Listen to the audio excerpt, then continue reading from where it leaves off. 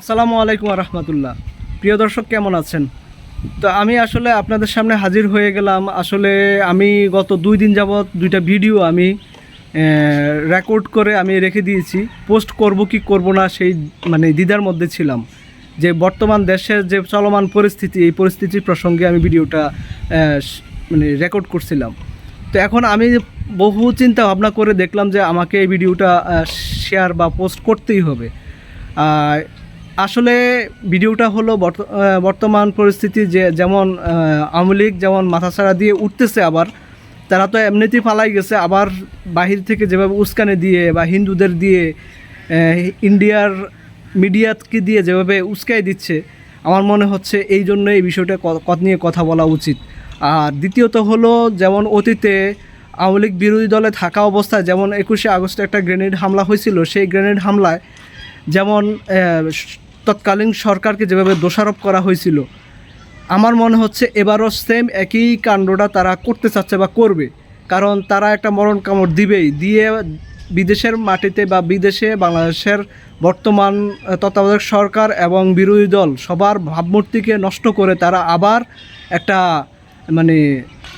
একটা পর্যায়ে আসার খুব চেষ্টা করবে, এবং মরণ কামড় দিয়ে একটা চেষ্টা করবে যে একটা পর্যায়ে যেন আসতে পারে। আর নয়তো তাদের তো অবস্থা ভ্যানিশ হয়ে যাওয়ার মতো অবস্থা হবে, যেটা তারা বুঝতেছে, আমি যেটা মনে করি।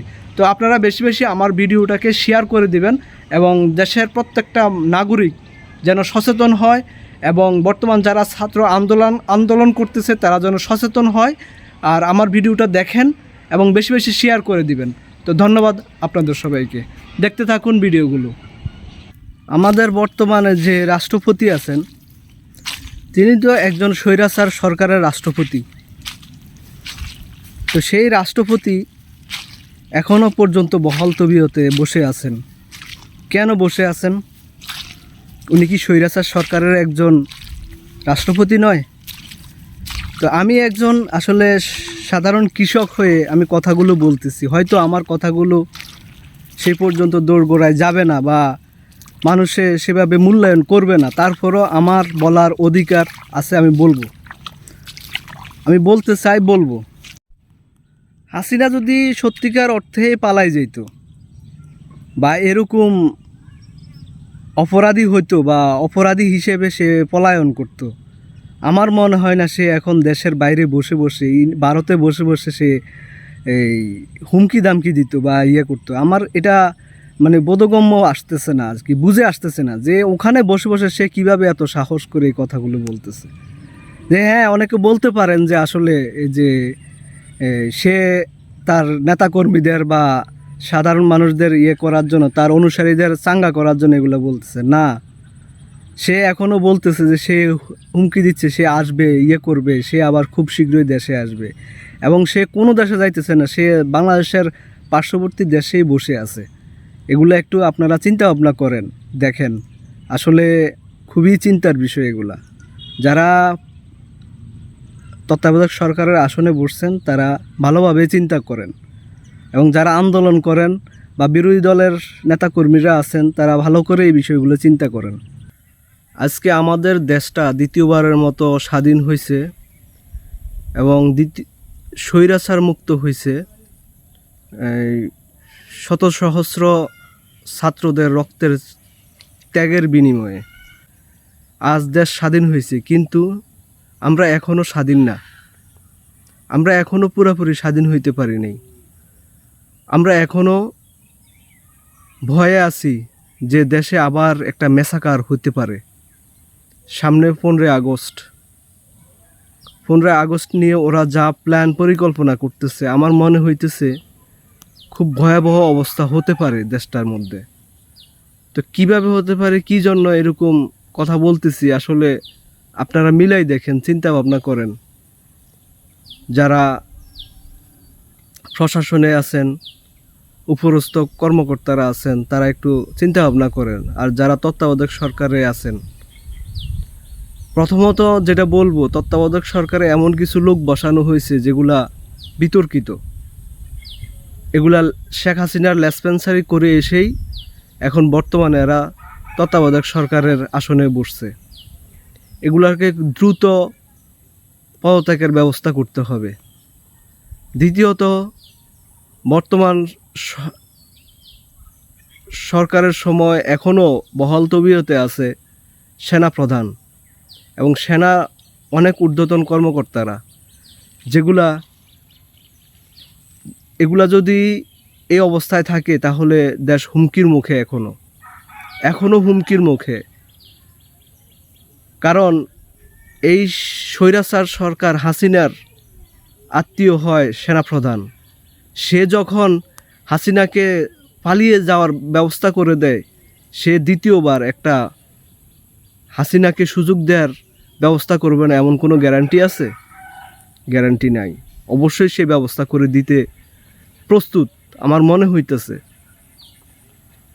তৃতীয়ত হলো সকল প্রশাসনের, সামরিক সকল প্রশাসন, যেমন পুলিশ বলেন, বিডিআর, বিজিবি বলেন, তারপরে আপনার এই র্যাবে বলেন, আর্মিতে বলেন, সকল উপরস্থ কর্মকর্তাদের দ্রুত পদত্যাগের ব্যবস্থা করতে হবে। কারণ এই কর্মকর্তারা হাসিনারই লেসপেন্সারি করে করে তারা এই অবস্থানে আসছে।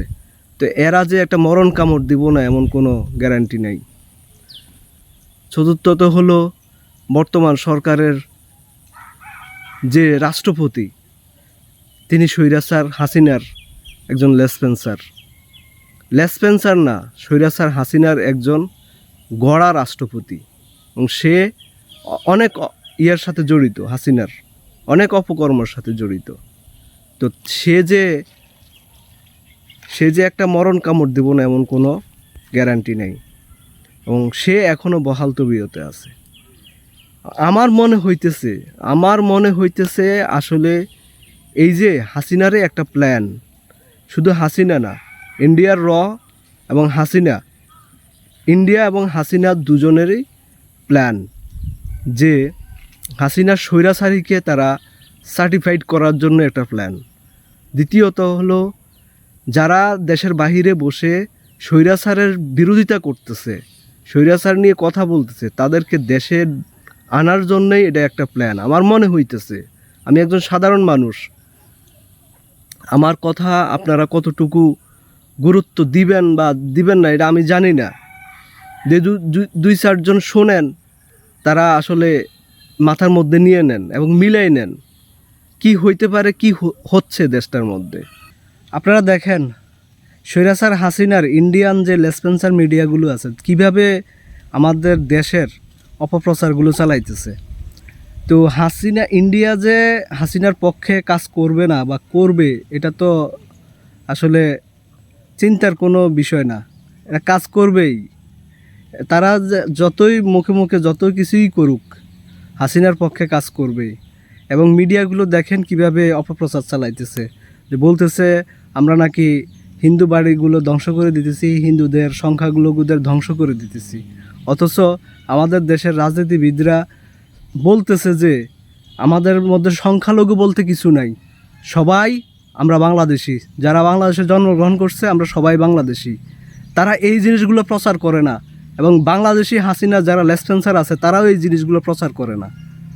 আপনারা দেখেন ওরা যে ইন্ডিয়া যে বিভিন্ন সহযোগিতা পাইছে এই হাসিনার থেকে, এবং হাজার হাজার কোটি টাকা তারা পাচার করছে ইন্ডিয়াতে। আপনারা দেখেন এগুলা এখন করতে পারবে না, যার কারণে ওরা উঠে পড়ে লাগছে।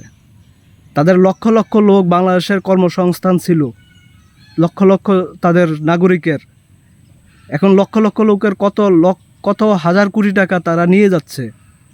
এগুলো এখন পারবে না, যার কারণে ওরা উঠে পড়ে লাগছে, উঠে পড়ে লাগছে। হাসিনার লেসপেন্সার মিডিয়াগুলো উঠে পড়ে লাগছে। অথচ বাংলাদেশে তারা হাসিনার যে লেসপেন্সার মিডিয়াগুলো বাংলাদেশে ছিল তারাও এখন চুপ। এখনও চুপ কেন তারা? আপনি এখনই দেখেন এই তত্ত্বাবধায়ক সরকারের উপদেষ্টা, স্বরাষ্ট্র উপদেষ্টা, সে এখনই হাসিনাকে গ্রিন কার্ড দিতেছে। অথচ নিয়ম অনুযায়ী যারা পালিয়ে যায়, স্বৈরাচার, সে তো অনেক অপরাধী, সে কিভাবে আবার গ্রিন কার্ড পায় এটা আমার বুঝে আসে না। আমি একজন সাধারণ নাগরিক হয়ে, আমি একজন কৃষক হয়ে, দেখেন আমি মাঠে কাজ করি, এই যে দেখেন আমার পোশাকের অবস্থা, আমি মাঠে কাজ করি, এই যে আমি ঘাস কাটতে আসছি আমার গরুর জন্য, আমি মাঠে কাজ করি, আমি একজন সাধারণ মানুষ। সাধারণ মানুষ হয়ে আমার খুব ভয় হয় এই দেশকে নিয়ে। তা আসলে আপনারা খুব চিন্তা করেন, আপনারা যেহেতু দেশের উপরস্থ পজিশনে আছেন, আপনারা চিন্তা করেন। হ্যাঁ, এখনই হাসিনাকে গ্রিন কার্ড দিতেছে 15ই আগস্টে, এবং দেশে আসার জন্য 15ই আগস্টের আগে পুলিশদের মানে দ্রুত কাজে আসার জন্য, এবং হাসিনাকে দেশে আসার জন্য গ্রিন কার্ড দিতেছে। এগুলো আসলে চিন্তার বিষয়। আপনারা একটু দ্রুত চিন্তা করেন। আর যারা আন্দোলন করতেছেন তারা সব কিছু মানে ঠিক করার জন্য আন্দোলন করতেছেন, কিন্তু রাষ্ট্রপতি, সেনাপ্রধান, সেনা উপরস্থ কর্মকর্তারা, বিডিআর উপরস্থ কর্মকর্তারা, তাদের পদত্যাগের জন্য আপনারা এখনও কোনো আন্দোলন করতেছেন না যথাযথ। আমার অনুরোধ, আমার আবেদন, আপনারা যেহেতু দেশটাকে সুশৃঙ্খলে আনার জন্য আন্দোলন করতেছেন, আপনারা আবার একটু ঝাঁপাই পড়েন। এই প্রত্যেকটা যাদের বলছি আপনারা তো ভালো করেই জানেন, তাদেরকে দ্রুত পদত্যাগের জন্য, অপসারণের জন্য আবার আন্দোলনে ঝাঁপাই পড়েন। কোনো মতেই আমার মনে হয় কোনো মতেই এই 15 আগস্টে একটা মেসাকার যেন না হয়, এটা একটা দ্রুত ব্যবস্থা নেন আপনারা। তো ধন্যবাদ আপনাদের সবাইকে। আল্লাহ হাফিজ।